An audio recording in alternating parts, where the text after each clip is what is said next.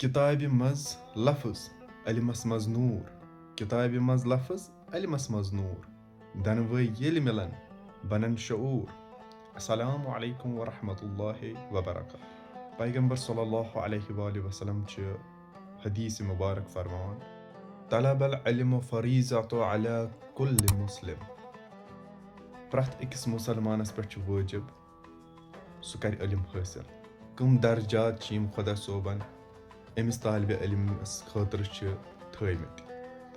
दपान अख तालिब इल्म युस इल्म हेचने नेरान येल ती अकिस आलिम संदिस दरवाजस पे दस्तक दिवान खुदा सोब प्रथ अकिस कदमस अमिस तालिब इल्मस अकि वरियच इबादतुक सवाब लेखान। प्रथ अकिस कदमस युस ती अथ इल्म किस मैदानस मज त्रावान खुदा सोब अमिस जन्नतस मज अख घर तैयार करान। यह तालिब इल्म यपर यपर यह पकान पन कदम त्रावान यथ जमीन पे पकान यपर यपर यह पकान यपर यपर अम सद कदम पेवान सो जमीन अमिस तालिब इल्मस खतर इस्तिगफार रोजान करान। दोहस तो रातस यम त गुनाह अमिस तालिब इल्मस गसान तिम सारी अमिस तालिब इल्मस माफ यवान करन। बे मलाइक अमिस तालिब इल्मस मुतल्लिक खुदा सोबस निश गवाही दिवान जि खुदा सोब अमिस तालिब इल्मस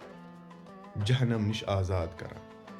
पैगंबर सल्लल्लाहु अलैहि वसल्लम सुंद ब्याख हदीस यथ मज यम फरमावान जे मन खरज फी तलबिल इल्म फहु फी सबीलिल्लाहि हत्ता यरजिअ।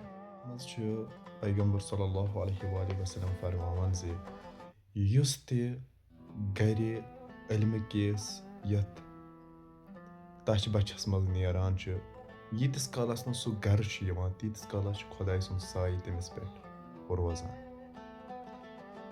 मे उम्मीद कि तुह आसो यह वीडियो पसंद आमुत। कमेंट करजो, लाइक करजो, शेयर करजो, बे करजो फॉलो मजीद वीडियोन खतर यम यथ पेजस पे इन वल।